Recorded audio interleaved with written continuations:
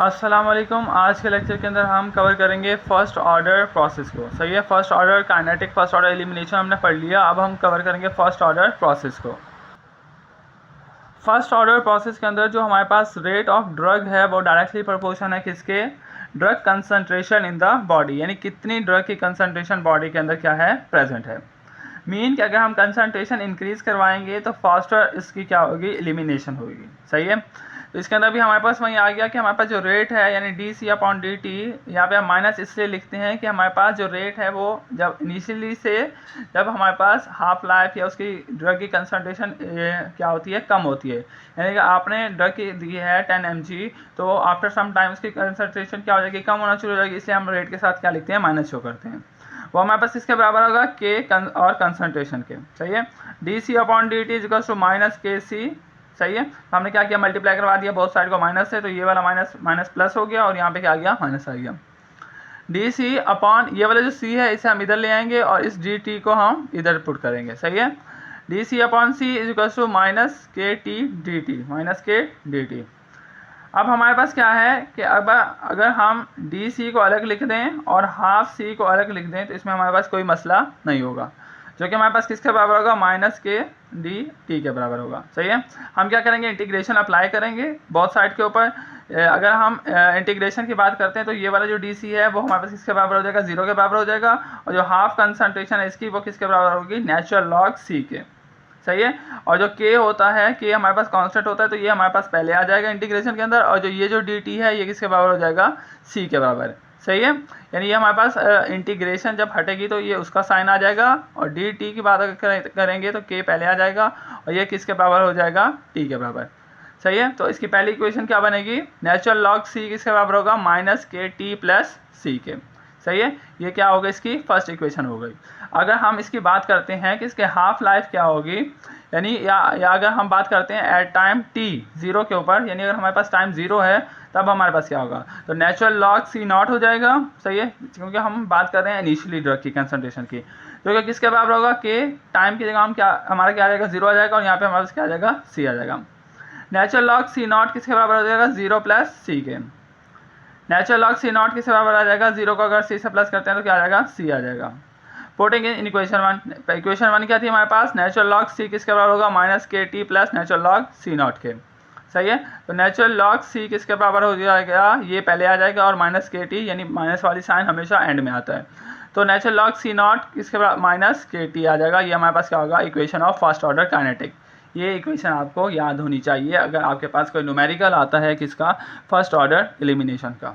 सही है, half life की बात करते हैं। Half life of first order के अंदर क्या होगा हमारे पास, नेचुरल लॉग सी किसके बराबर है, natural log c not minus k t के अंदर। सही है, एट टाइम टी अगर हमारे पास टाइम क्या हो जाता है, हाफ हो जाता है, तो कंसंट्रेशन भी क्या हो जाएगी, हाफ हो जाएगी।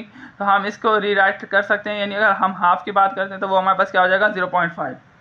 तो नेचुरल लॉग 0.5 सी नॉट, यानी नेचुरल लॉग किसका आ गया, हाफ का, और सी नॉट क्या हो गया, एट टाइम 0 हम इसको हम कंसिडर कर रहे हैं ना, तो हमने क्या लिख दिया, सी नॉट। और हमारे पास ये वाला नेचुरल लॉग सी नॉट किसके बराबर आ गया, के, और इस टी को हमने क्या लिख दिया, हाफ लाइफ, यानी उसकी टी हाफ हो गया।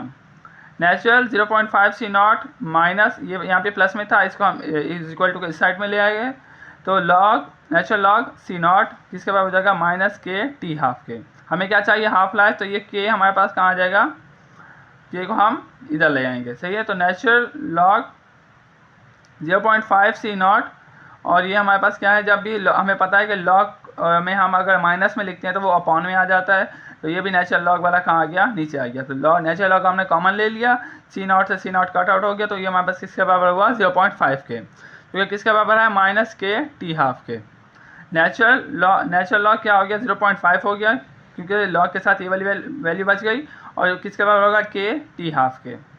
अगर हम नेचुरल लॉग लेते हैं 0.5 का, तो वो हमारे पास किसके बराबर होगा, 0.693 के, ये जो कि माइनस में होगा। सही है, ये माइनस से ये वाला माइनस कैंसिल होगा, और के जो है ये हमारे पास 0.693 के अपॉन में आ जाएगा, और जो कि हमारे पास किसके बराबर होगा, हाफ लाइफ के।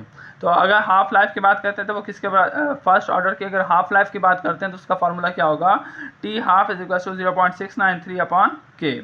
और अगर के की बात करते हैं, अगर के इधर रख दें, टी हाफ लाइफ इधर रख दें, तो हमारे पास के भी आ जाएगा। और के का यूनिट क्या होगा हमारे पास, पर आर, क्योंकि इसकी कोई वैल्यू नहीं होगी और जो टाइम होगा वो हमारे पास आर के अंदर होगा, तो हमारे पास वैल्यू क्या हो जाएगी, पर आर। अब हम अगर बात करते हैं कि graphical representation of half life कैसे होगा, तो पहले हम अगर ज़ीरो ऑर्डर की बात करते हैं, तो जब भी हम कोई ड्रग इंजेक्ट करते हैं पेशेंट को और कलेक्ट करते हैं प्लाज्मा सैंपल को, प्लाज्मा कंसंट्रेशन के सैंपल्स को लेके उसके अंदर ड्रग की कंसंट्रेशन फाइंड करते हैं डिफरेंट टाइम के ऊपर, और डिफरेंट ड्रग की कंसंट्रेशन होगी डिफरेंट टाइम के ऊपर। तो ये जो ग्राफ होगा वो किसके दरमियान होगा, कंसंट्रेशन और टाइम के दरमियान। जो हमारे पास इंडिपेंडेंट वेरिएबल होगा वो किसके ऊपर आएगा, एक्स एक्सिस के ऊपर, और जो डिपेंडेंट वेरिएबल होगा वो यहाँ पे आएगा वाई एक्सिस के ऊपर। टाइम आ जाएगा एक्स एक्सिस पे और कंसंट्रेशन आ जाएगी वाई एक्सिस पे। टाइम हमारे पास 1 hour, 2 hour, 3 hour, 4 hour, 5 hour है, और कंसंट्रेशन है 50, 100, 150, 200 और 250। सही है। फर्ज करो कि हमारे पास एट टाइम 2 आवर हमारे पास ड्रग की कंसंट्रेशन है कितनी, 200, और 1 घंटे के बाद हमारे पास, 2 घंटे के बाद 4 आवर पे हमारे पास ड्रग की कंसंट्रेशन क्या हो गई, 100। पहले क्या थी 200, और 1 घंटे के बाद, 2 घंटे के बाद क्या हो गई 100। तो हम इनका डिफरेंस निकालेंगे, यानी 4 - 2 करेंगे तो हमारे पास टोटल कितना आर होगा, उसका हाफ लाइफ क्या होगा, 2 आवर्स आ जाएगा। सही है। अगर हम फर्स्ट ऑर्डर की बात करते हैं, फर्स्ट ऑर्डर के अंदर हम यूज़ करते हैं सेमी लॉग ग्राफ। सही है। सेमी लॉग ग्राफ के अंदर का मकसद ये है कि इसके अंदर अगर हम सिंपल ग्राफ देखते हैं तो उसके अंदर क्या होगा, जो वो 0 से स्टार्ट होता है, एक्स एक्सिस भी और वाई एक्सिस भी। सही है। लेकिन सेमी लॉग ग्राफ के ऊपर जो एक्स एक्सिस होगा वो तो 0 से स्टार्ट होगा। सही है। लेकिन जो वाई एक्सिस होगा वो हमारे पास नॉन ज़ीरो डिजिट से स्टार्ट होगा, 0.00001 भी होगा, लेकिन नॉन ज़ीरो डिजिट से क्या होगा, स्टार्ट होगा। फिर उसके 10 टाइम बढ़ेगा, फिर उसके 10 टाइम बढ़ेगा, फिर उसके 10 टाइम, यानी पहले हमारे पास क्या है 0.0001, फिर है हमारे पास 0.01, फिर है 0.1, और फिर है 1, फिर आएगा 10, फिर आएगा 100, फिर आएगा 1000। सही है। तो ऑन एक्स एक्सिस और अलॉन्ग एक्सिस, एक्स एक्सिस को हम क्या नाम देते हैं, along axis, start from non zero digit, वो क्या होगा, नॉन ज़ीरो डिजिट से स्टार्ट होगा, और एक्स एक्सिस क्या होगा, वो हमारे पास 0 से स्टार्ट हो सकता है। सही है।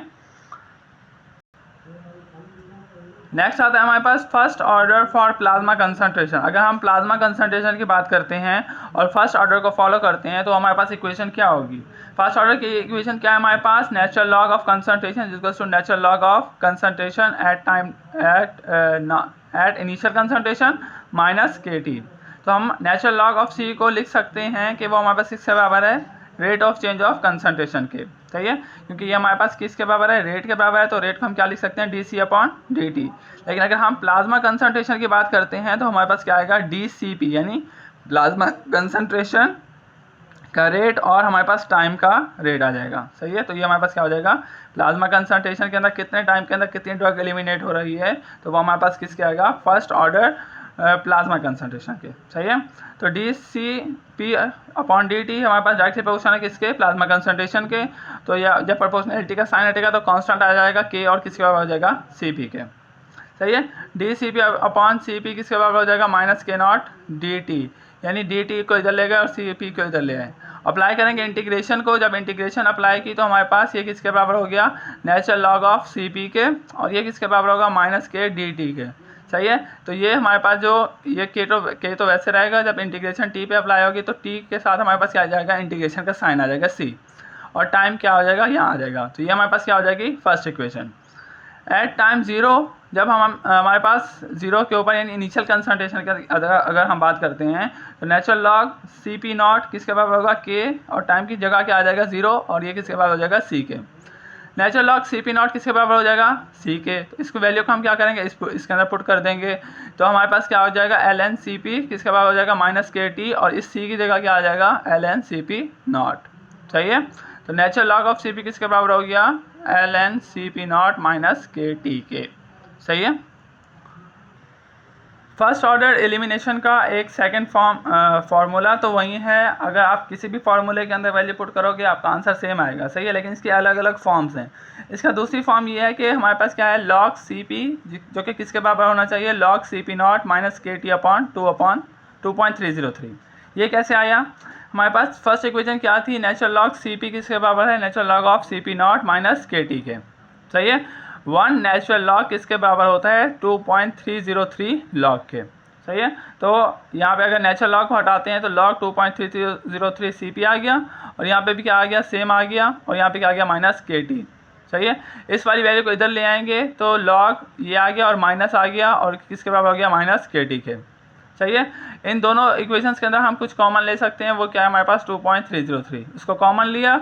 ये वाली इक्वेशन किसके अंदर है हमारे पास, माइनस के अंदर है, ये वैसे रहेगी। सही है। यानी log CP minus log CP not किसके बराबर हो जाएगा, माइनस KT अपॉन 2.303। ये कहाँ आ जाएगा, इधर आ जाएगा। हमें क्या चाहिए, log CP चाहिए। log CP किसके बराबर हो जाएगा, minus KT upon 2.303 plus log CP not. तो इसको हम ऐसे रीअरेंज करके लिख सकते हैं कि log CP is equal to log CP not minus KT upon 2.303। सही है। ये हमारे पास सेकेंड फॉर्म आ गई।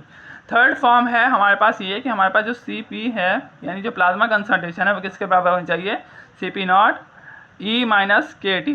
तो ये अब ये कहाँ से आया, फर्स्ट इक्वेशन क्या थी हमारे पास, natural log CP plasma concentration at time plasma concentration जब हम इनिशियली प्रोवाइड करेंगे जो कि KT के बराबर है।